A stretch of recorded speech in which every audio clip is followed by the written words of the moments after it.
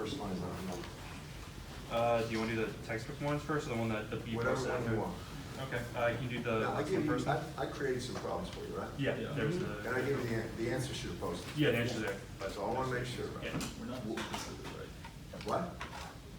We couldn't hear what? we can't verify them. We've had some problems. How about if we try verifying? Yeah, So, first, I got it. wait, what? There's some problem. So the Why problem. don't we do the ones that I created? Yeah. That aren't in the book, because the book one's got detailed solutions, right? Yeah. Let's try the ones I created. Let's start with the last one I created. What is it? So a transmitting antenna with a gain of 25 dB, Oh, I love these things. So gain is 25 dB. and the impedance of the antenna is 50 plus J40 Alright, ohms. so Z antenna is 50 plus J what? J40, 40, okay. and it's connected to a 50 volt voltage source at F equals 8 gigahertz.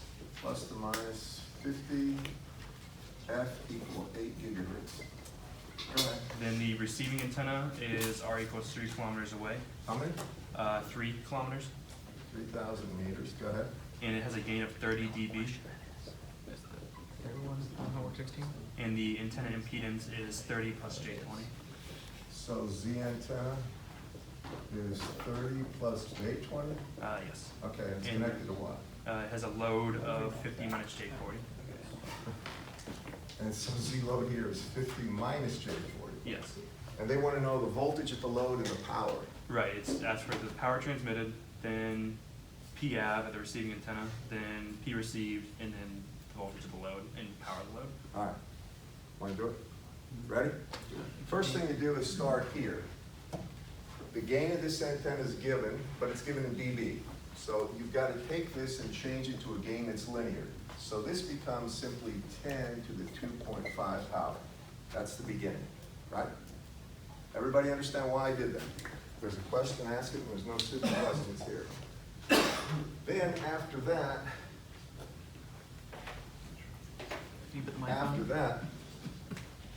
we go ahead and now we can say the P radiated. This is the second part. The total radiated power will be equal to simply 1/2 the magnitude of the current in the line squared times the radiation resistance.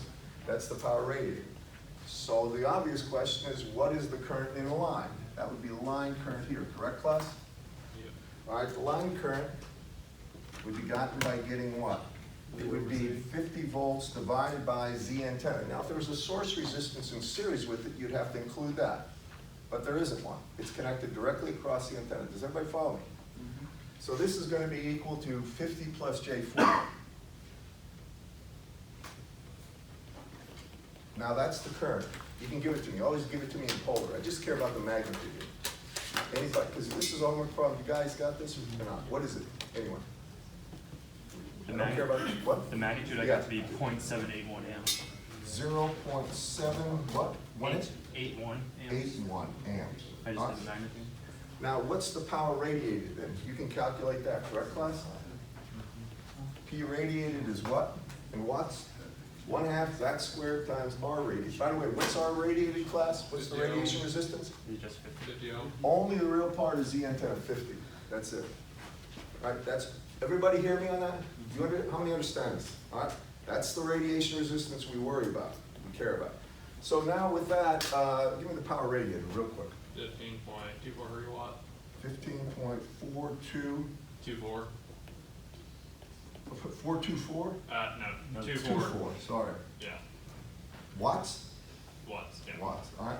Now we've got that. At least we know how much power is radiated. Now, what we want to do is find out the average power incident here. We want to find out what P av is, right? Right there. The average power, that's a density, watts per meter squared, correct, class? To get that, and I say this over and over again for a reason, take the total power radiated. So P radiated goes here.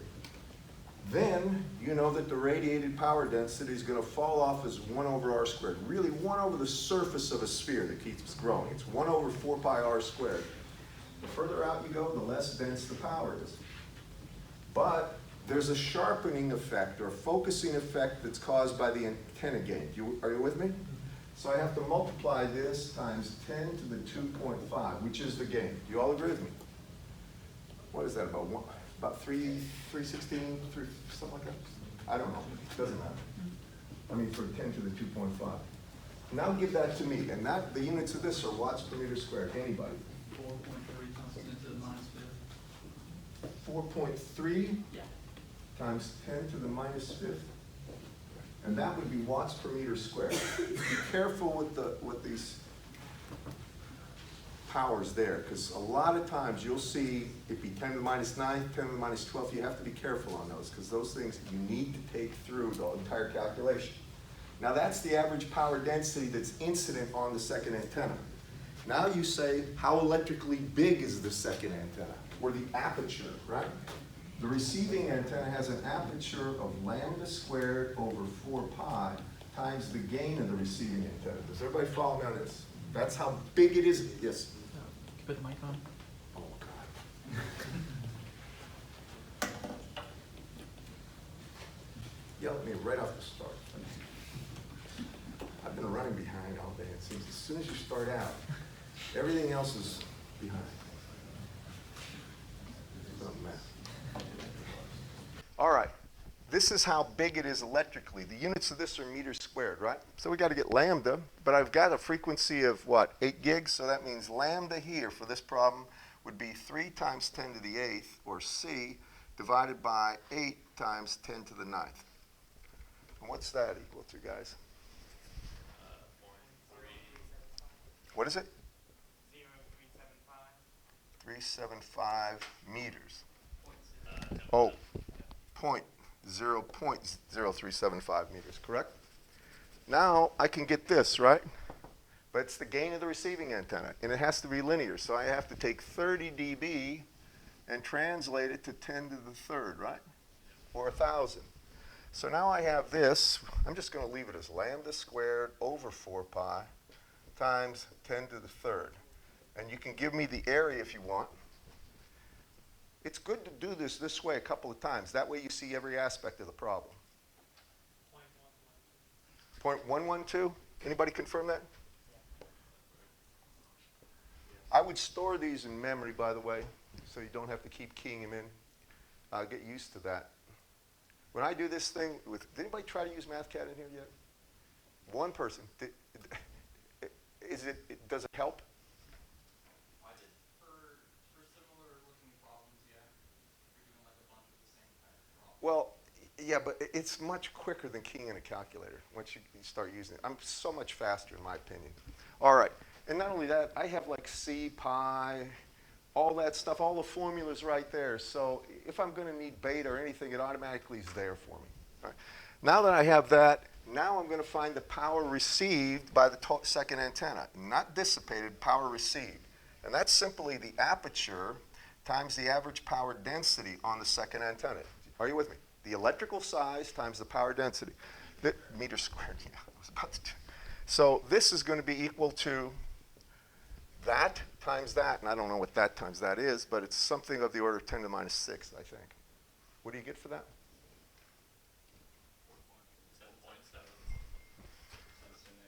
4.77 times 10 to the minus 6, is that right? And that would be, now that's watts.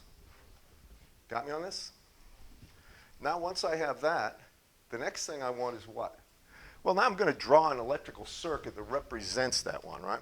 And I'm going to say, electrically speaking, we can talk about an open circuit voltage that's some kind of a fictitious voltage inside the actual antenna. Yeah?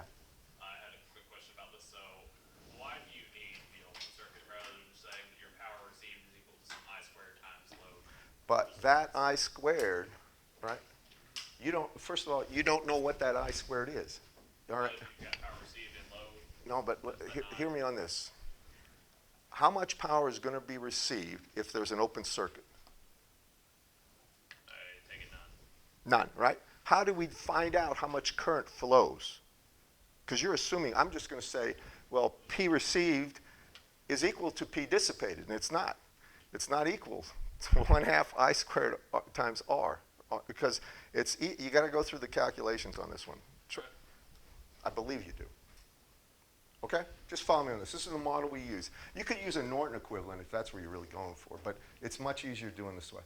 So this is V open circuit, And then there's going to be the antenna itself has an impedance. The antenna impedance on this one is 30 plus J20, right? So it's 30, that's the radiation resistance, and J20. Now that's all inside the antenna right here. Then there's a load, right? The load is what?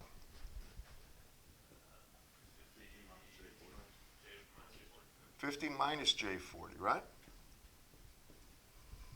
And it's connected back here.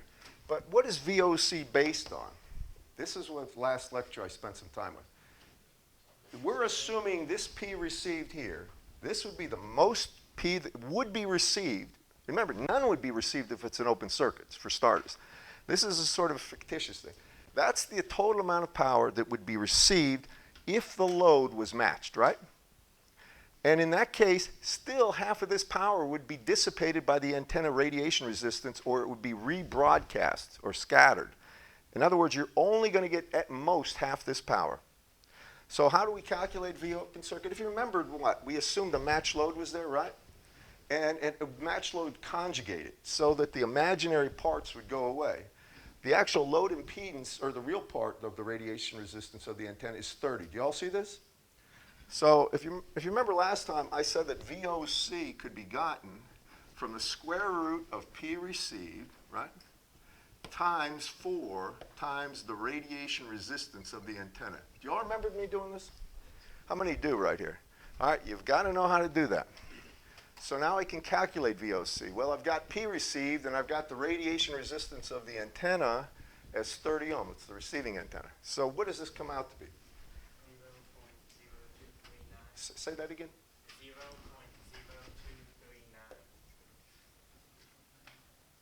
Did you say 0.023? Yeah. 239, that would be volts. All right, so now we just put that voltage in here, and now the way I'm going to do it, I'm going to get the current. So that current I, and let's call this I receiving. The current I receiving would be what? It would be VOC, right? Divided by that plus that. So it's 30 plus 50 or 80, and then it's plus 20, J20 minus 40, so it's minus 20. So the current received would be equal to VOC divided or times 80, or divided by 80 minus J20. And that would be equal to that current.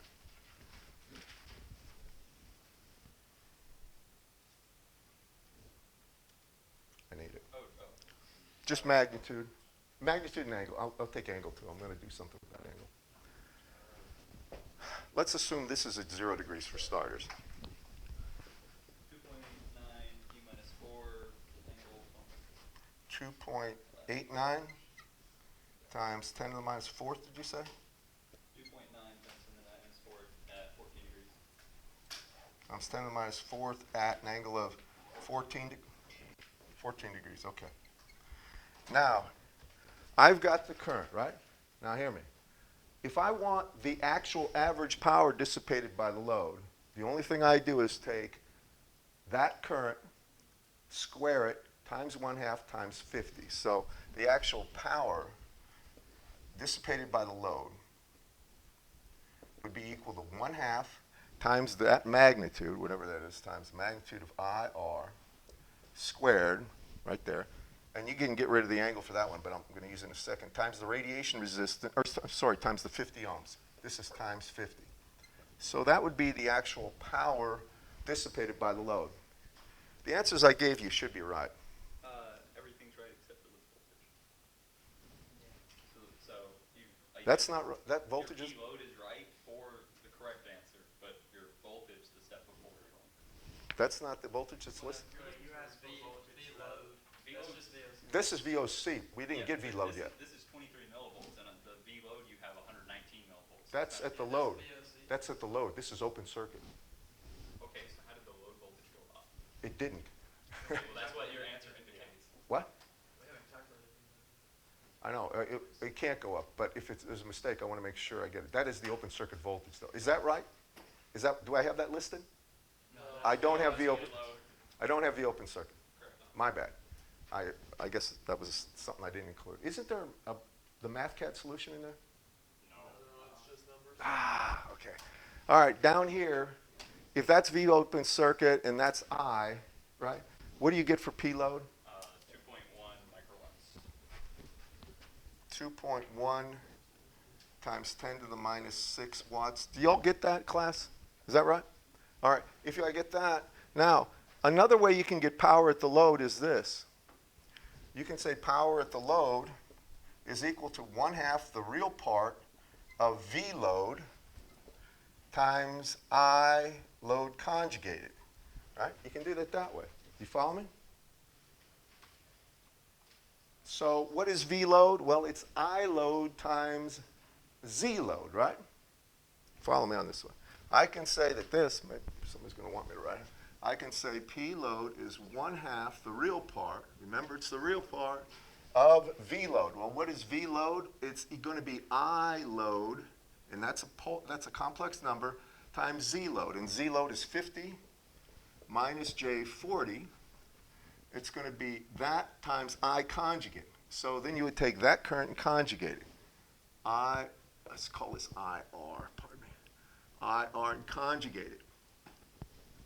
Now, here's what happens with this conjugation. This times this, if it's a conjugate, just brings out the magnitude squared. You follow me on that? Then you're taking the real part of this. Well, the real part of that is just 50. You all see that? Divided by 2. So this is going to be equal to 50 divided by 2 times the magnitude of the current squared. And that should be the same thing. Well, it's the exact same equation. It is. Okay. I mean, that's exactly what I'm trying to show you, that if you go and do real part of V times I conjugate right there, that's exactly what you get. Yeah, but I mean, see, I don't know what people did. They can do this, right? And they're going to get the same number if they did it right. Now, about V load, since you say it's wrong, and it may be wrong, if V load in this one is simply going to be what? You could use, can't you all see that you could use voltage division? You could take VOC times this over this plus this, correct? And you can always get more voltage out if you do this one thing. What if I just made that, think about it, just minus J40 and make that J20, right? So the output would be minus J40 divided by minus J40 plus J20. Well, that's what? Minus J20. Minus J40 over minus J20 is 2. So it would be twice the output voltage. And that's what happens when you have an inductor and a capacitor in series with each other. If you're just taking the voltage across one or the other, you could drive that with a very small voltage. You follow what I'm saying here? Put a capacitor and an inductor in series. Well, the net impedance, the sum of the two, is kind of a push-pull relationship. It's a plus JX minus a JX, right? So the net impedance is smaller than the impedance of either one. You divide that into the voltage driving it, and you get a very large current, possibly. And at resonance, the current goes to infinity, doesn't it? Or it would tend to infinity. Now, that means with that large current, the actual voltage across each of those elements would be very large, but have an opposite polarity, so that they would be a net, you'd say that a destructive interference. That said, let me see what the voltage is output here. Technically, VL would be IL, right? It would be actually IR, the current through that, through the secondary circuit, and it would be times Z, or times 50 minus J40. You could also say, just use voltage division, it would be equal to VOC times that, which is 50 minus J40 over the sum of them, which is 80 minus J20. Now, I don't know what this comes out to, but you can tell me. 18.5 What is it? It's about 19 19 millivolts.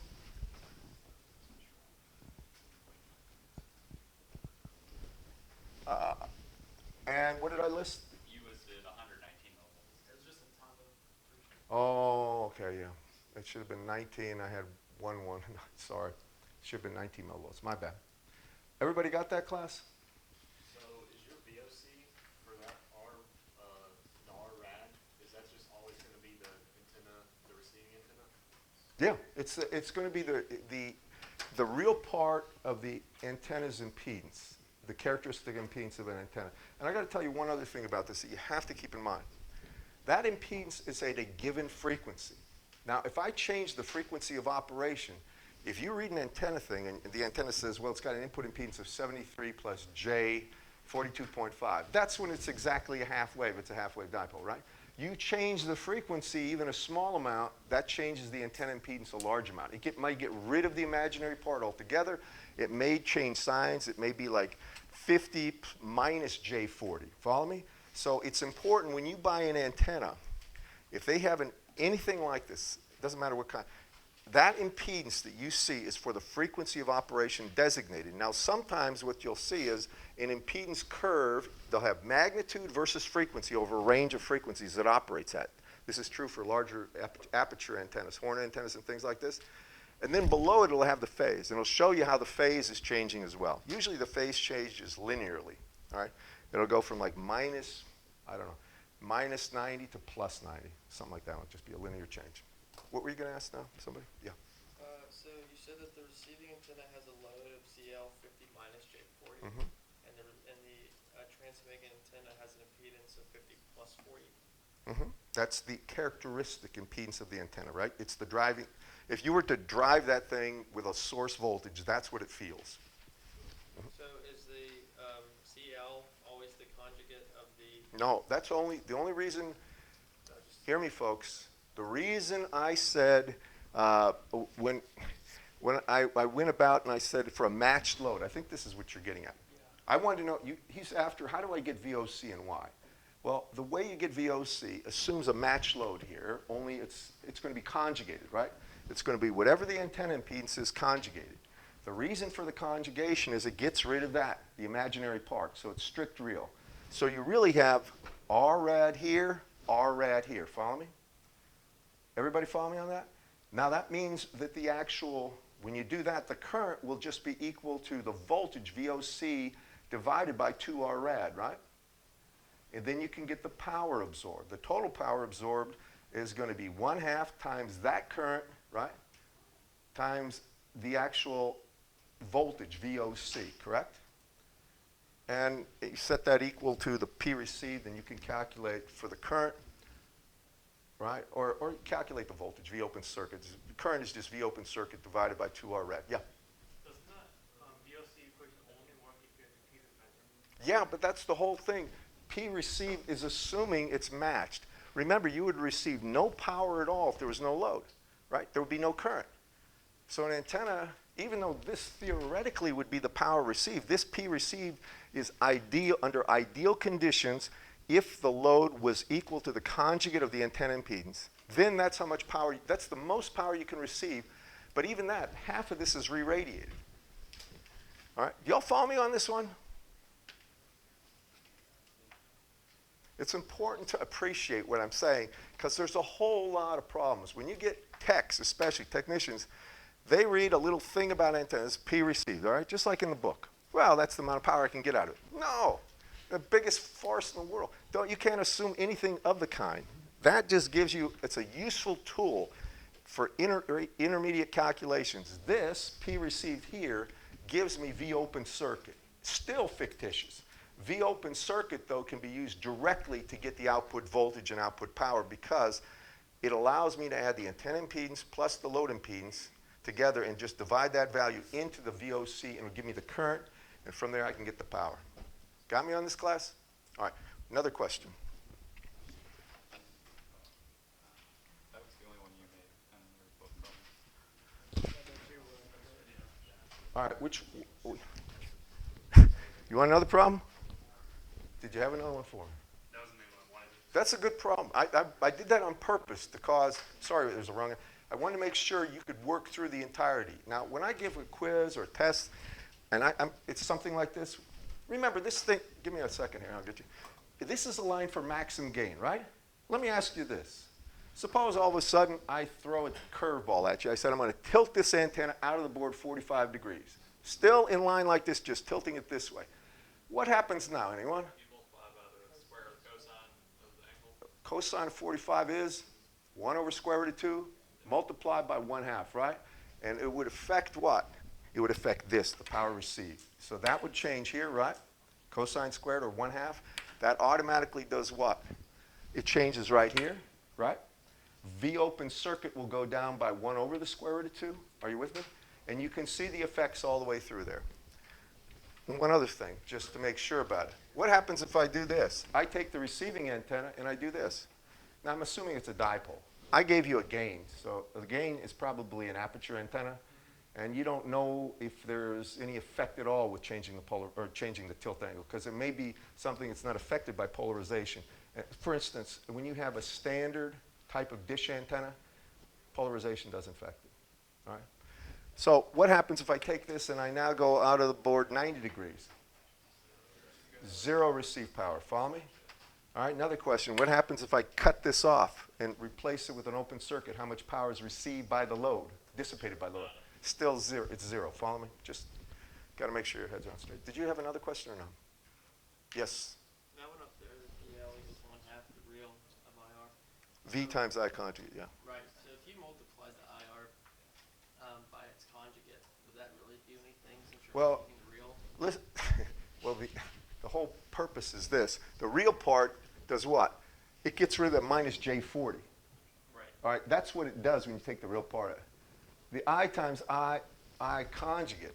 I, if it's 10 at an angle of 30 degrees, the conjugate is 10 at an angle of minus 30 degrees. You multiply them together, you just get 10 squared. You get rid of the angle when you do I times I conjugate. But that minus J40 is still there. And that's where the real part gets rid of it. That's the point. All right. Did you have another one for me or no? Yes? Can you skip calculating VOC and go from PRC straight to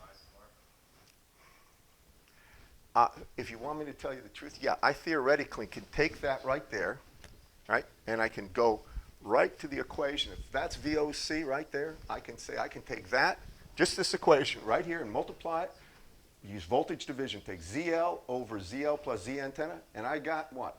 I got my voltage at the load. Yeah, I could do that.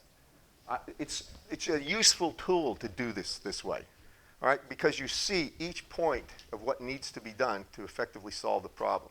And it's important to be able to go from here, where I got a simple antenna connected against a source, get the total radiated power, get the power on target, right? Power density, I should say. How much of that is actually possible to receive, right? That's the lambda squared over 4 pi times the gain. Once I have that, I figure out, admittedly fictitious, I figure out what the fictitious VOC is, and then I find out the measurable VL, measurable and observable, and the measurable and observable I. That's the idea. Got it? Yeah, I know. You don't need VOC technically, but it helps to think of it that way, because that's the effective model we have for the antenna. No other questions? All right. I'm going to do something on radar now, and then you get your quiz.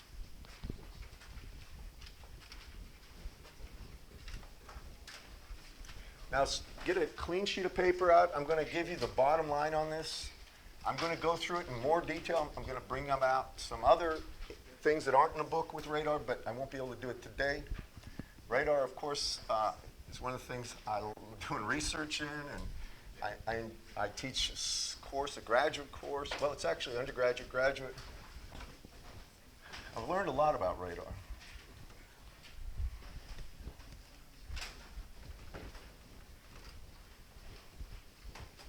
And I think everybody in here knows that one of the big things in this world is how to avoid being detected by radar. And the only way you can avoid it is really figure out how they actually detect things with radar. And there's a whole lot to this. But in a nutshell, this is the essence of radar. So listen to me. The first thing you're going to have is some kind of this is radar. You're going to have an antenna right here. And I'm going to just say that this antenna has a certain amount of power that it transmits, PT. It's in watts. Now, really, an antenna doesn't have a steady signal that goes out. What happens, it has bursts. It's going to, at maybe 10,000 gigahertz, it'll be transmitting for a period of like 3 microseconds, right? That's a lot of cycles. Then it shuts off and listens. Then it transmits that pulse again, and it's listening for the echoes. So keep that in mind. When I say PT here, just think of it as the average power of the pulse. Now, this antenna has a certain gain of the transmitter. Think of it that way. There's a target that's going to be at a certain range, R. And the target here, this is the target. is just like you would think about a target that you were looking at with your eye. The relative size is given in meters squared, and this is called the radar cross-section. It's RCS. The symbol, which I don't like, used by Wentworth, and it's used everywhere, by the way, is sigma for radar cross-section, and it's in meters squared. Now, they love to do dB meters squared. So if you have 10 meters squared, if you take 10 times the log of that, well, the log of 10, log base 10 of 10 is 1, isn't it? So if you have 10 times 1 is 10, so that would be 10 dB meters squared. 100 would be 20 dB meters squared, all right? You'll see that all the time. They like that, and it's because it's related to a power when we talk about radar, the reflected power. That's how big the signal is, all right? Now let's go through this. The signal hits, and then some of it's reflected back. It comes back, and then it's received by the radar. This is the actual flow, signal flow, right? So we're going to talk about this. First thing I'm going to get is the power density right here. I'm going to call it P av right here, and I'll just call it 1. So P av 1, the density right there, like you know already, is just going to be the transmitted power over 4 pi r squared. That's if there was no antenna present to focus it, or it would be isotropic. Now I multiply it by the transmitting antenna's gain. And that is the power density that's on the target. You all follow me? Now, next, we don't use lambda squared over 4 pi times the gain. What we do is, when we figure out the total amount of power received, so to speak, really it's going to be re-reflected. The total amount of power that's going to be rescattered, now we just take this right here and multiply it by sigma, the radar cross-section. All right, now that's the total amount of power. Matter of fact, let me do it this way. Let me leave this here and just put now P, and I'll call it scattered, will be equal to sigma times P average. Is this the scattered or the received? It's the scattered. This is the amount of power that's now going to be reflected by this target. And the radar cross-section has built into it the amount of power that's going to come back at you. If it is a bistatic scattering, the signal will be a function of angles, and I'll explain that later. Follow me? So it's just a number for now. Now that's the amount of power scattered. There's no focusing effect here. It just falls off as 1 over r squared. So when we look at the power being reflected, we take P scattered, and we divide it by 4 pi r squared. Remember, the power that hit the target was going off as 1 over r squared, right? It was P transmitted over 4 pi r squared times the gain of the transmitter. Times sigma, now that's the amount of power reflected, but that falls off as 1 over 4 pi r squared again. So I have this, and this would be the actual power that's going to be incident, or the average power, but it's going to be back at the radar at 2. This is 1, this would be 2. This is the power coming back this way. Follow me, class? Everybody see that? The power density.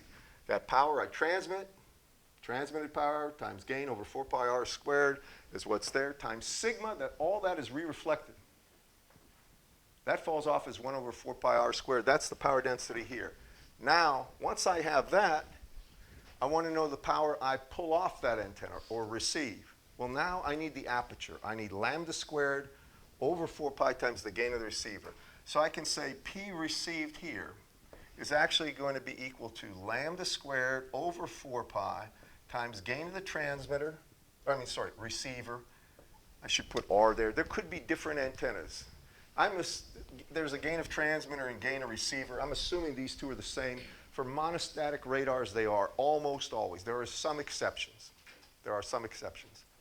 Most of the time, they're the same antenna. It's going to be this, and this is simply the aperture times this, P av 2. Now I'm going to write down the entire. Go. Is that a square or a? No, that's second, just 2. Now what I'm going to do is write down one equation for the received, the ratio of, I'll put received power in terms of transmitted power, right? Just one. So I can say P received is equal to transmitted power, right, Then it's going to be divided by 4 pi cubed, divided by r to the fourth. You can see how this happens here magically. Then it's going to be times lambda squared times sigma times gain of transmitter, gain of receiver. And this is called the radar range equation. Actually, they take the transmitted power and divide it into the received power, and they get this. This is the radar range equation. You'll look, it's proportional to sigma. Yes? You got where direct is aperture times what? This is lambda squared. Were you talking about this? Or not? That's lambda squared, that's wavelength squared, times the gain of the receiving antenna or the transmitting antenna. In this case, they're the same. Over 4 pi. So that's really the aperture, right? Right there. And it's times the actual power incident back here. And that's this. I put a subscript there. I'll do it that way. How's that? So this is the power received. Now, once you take all this and shove it together, that's what comes out. Thing to take from this is radar power reception is proportional to 1 over the distance the target is to the 4th power. Intuitively, you know that falls off very fast. It's very hard for radars to see things a great distance away unless they have enormous gains. There's other ways they can have the thing called coherency, where they send a whole bunch of pulses and they can add the signals together, and noise itself does not add, but the actual signal will start adding, and I'll get to that, and other factors. It's proportional to the size of the target. That's sigma. It should make sense. Something twice as big should give twice as much power reflected.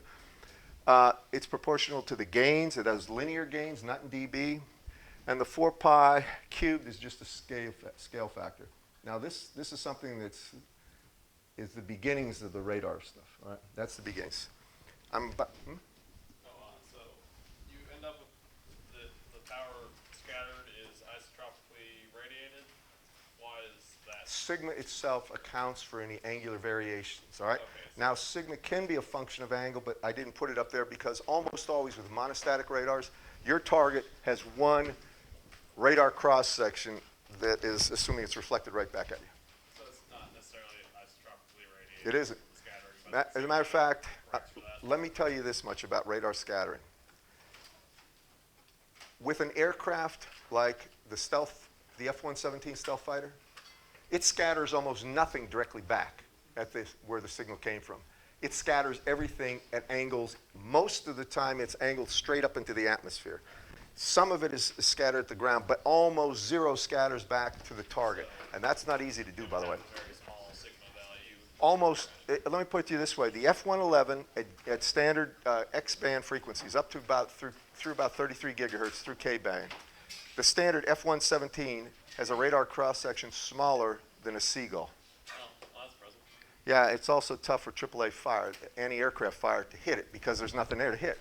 So you hear guns going off, they're shooting like this. It means they're getting bombed, but they don't know what it is.